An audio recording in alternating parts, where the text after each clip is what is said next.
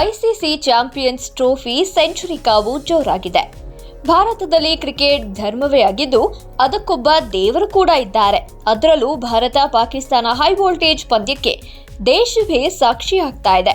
ಇದರ ಮಧ್ಯೆಯೇ ಪ್ರಧಾನಿ ನರೇಂದ್ರ ಮೋದಿ ಅವರು ಮನ್ ಕಿ ಬಾತ್ ರೇಡಿಯೋ ಕಾರ್ಯಕ್ರಮದಲ್ಲಿ ವಿಶೇಷ ಸೆಂಚುರಿಯೊಂದನ್ನ ನೆನೆದಿದ್ದಾರೆ.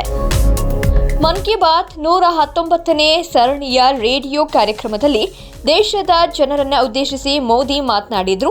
ಐಸಿಸಿ ಚಾಂಪಿಯನ್ಸ್ ಟ್ರೋಫಿ ಹಿನ್ನೆಲೆಯಲ್ಲಿ ದೇಶಾದ್ಯಂತ ಕ್ರಿಕೆಟ್ ಜ್ವರ ಹೆಚ್ಚಾಗಿದೆ. ಆದರೆ ನಾನಿಂದು ಕ್ರಿಕೆಟ್ ಬಗ್ಗೆ ಹೆಚ್ಚು ಮಾತನಾಡುವುದಿಲ್ಲ.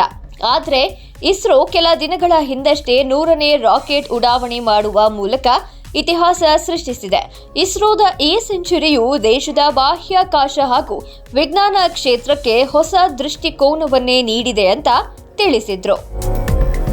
ಮಾರ್ಚ್ 8ರಂದು ಅಂತಾರಾಷ್ಟ್ರೀಯ ಮಹಿಳಾ ದಿನಾಚರಣೆ ಹಿನ್ನೆಲೆಯಲ್ಲಿ ನರೇಂದ್ರ ಮೋದಿ ಅವರು ಮಹತ್ವದ ಘೋಷಣೆಯನ್ನ ಮಾಡಿದ್ರು. ಅಂತಾರಾಷ್ಟ್ರೀಯ ಮಹಿಳಾ ದಿನಾಚರಣೆ ಹಿನ್ನೆಲೆಯಲ್ಲಿ ನನ್ನೆಲ್ಲ ಸೋಷಿಯಲ್ ಮೀಡಿಯಾ ಖಾತೆಗಳನ್ನ ದೇಶದ ಸ್ಫೂರ್ತಿದಾಯಕ ಹೆಣ್ಣು ಮಕ್ಕಳಿಗೆ ನೀಡ್ತಾ ಇದ್ದೀನಿ. ಅವತ್ತೊಂದು ದಿನ ಅವರೇ ನನ್ನ ಸೋಷಿಯಲ್ ಮೀಡಿಯಾ ಖಾತೆಗಳನ್ನ ನಿರ್ವಹಿಸಲಿದ್ದಾರೆ ಅಂತ ತಿಳಿಸಿದ್ದಾರೆ. ರಾಷ್ಟ್ರೀಯ ವಿಜ್ಞಾನಿಗಳ ದಿನದಂದು ಪ್ರತಿ ನಾಗರಿಕರು ಒಂದು ದಿನವನ್ನ ವಿಜ್ಞಾನಿಯಂತೆ ಕಳೆಯಿರಿ.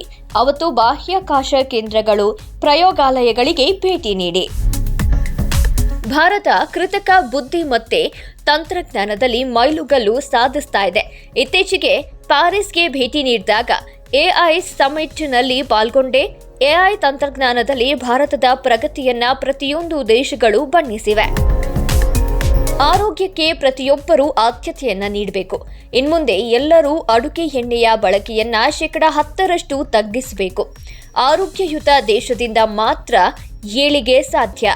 ಆರೋಗ್ಯದ ವಿಚಾರದಲ್ಲಿ ಒಲಿಂಪಿಕ್ಸ್ ಚಿನ್ನದ ಪದಕ ವಿಜೇತ ನೀರಜ್ ಚೋಪ್ರಾ ಅವರು ಎಲ್ಲರಿಗೂ ಮಾದರಿಯಾಗಿದ್ದಾರೆ. ಆರೋಗ್ಯಯುತ ಜೀವನ ಶೈಲಿ ನಮ್ಮದಾಗಲಿ.